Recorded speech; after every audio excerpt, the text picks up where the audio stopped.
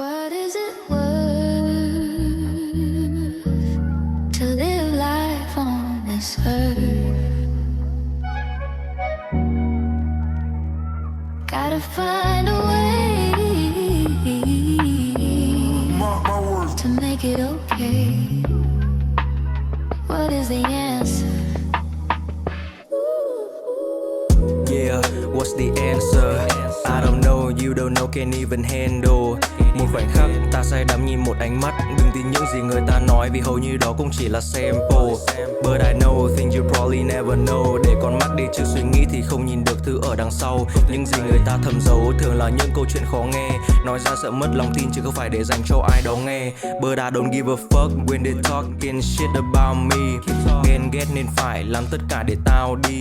May thay trên đời vẫn còn nhiều người tao yêu. Họ không phải người cao siêu nhưng họ đều là người cao quý. God damn, tất cả những sự việc khó lường thì nó lại thường bộc phát lên, khiến cho tình huống bây giờ lại trở nên chua chát thêm. Có lẽ là bây giờ sự bình yên là khan hiếm. Muốn tìm cách để khác biệt nhưng ai cũng sợ bị mang tiếng. To live a life though. Gotta find a way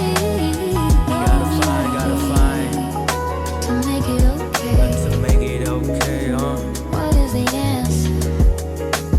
What is the answer? What is the answer? Không muốn nói câu chuyện này thêm nữa. Người đến xong rồi đi, không giống như thêm bát và thêm đũa. Họ sẽ bám lấy mình vào những lúc mình thành công, nhưng khi sự việc hóa thành rông thì họ để lại hoặc là ở xen giữa. Chưa sẵn sàng để đối mặt, chưa sẵn sàng để lớn lên. Ai cũng từng là đứa trẻ con tự hỏi bao giờ bản thân mới lớn lên. Lớn lên mới nhận ra là ai cũng từng dễ dàng bị trách móc. Ai cũng muốn tiếng cười xung quanh thì liệu còn ai ở cùng với tiếng khóc? What are you still hoping for your life though? No more any choice, that's your fate. Deal with all the stuff like you're on the live show. No more about that, just a piece of cake. Nở một nụ cười nhẹ, chỉ biết nói là đời mà. Có lúc bản thân thành thơi, có những lúc lại hối hả. Có những sự dối trá ẩn nấp sau một nụ cười. Điều tuyệt nhất của người, đời lại phải đánh đổi một đời người.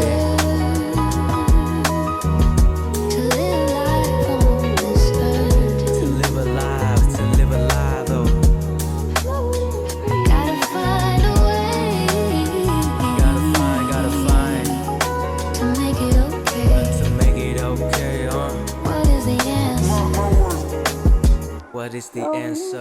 What is the answer? Anh biết là bây giờ anh không phải ai hết. Biết là không có tư tưởng sống được nay mai chết. Có thể là mai sau anh không được may mắn. Luôn phải cố gắng tìm cách để không nhận cay đắng. Anh đã thử những cách khác, thử ghét thứ mình đang yêu. Không phải là vì mù quáng hay có tâm trạng là đang phiêu. Tâm sự với ai cũng vậy, có khi mà chẳng ai hiểu nổi. Nhưng đời mấy ai chẳng thế, phải để tâm vào mà yêu thôi. Yêu gia đình là thứ nhất, yêu bản thân là thứ hai. Yêu những điểm mạnh và cả điểm yếu thì đâu có sai. Yêu luôn cả những nỗi đau, giúp mình luôn luôn vững chắc. Yêu những câu trả lời mà không quan tâm gì đến khúc mắc. Yêu dòng thời gian nhiều lúc trôi qua một cách trong vánh. Yêu lúc mình xấu tính, cái tôi cao lúc nào cũng ương ngạnh. Yêu những lúc phạm sai lầm, giúp bản thân mình trưởng thành. Yêu nhất là khoảnh khắc mà tất cả mọi người đều thương anh.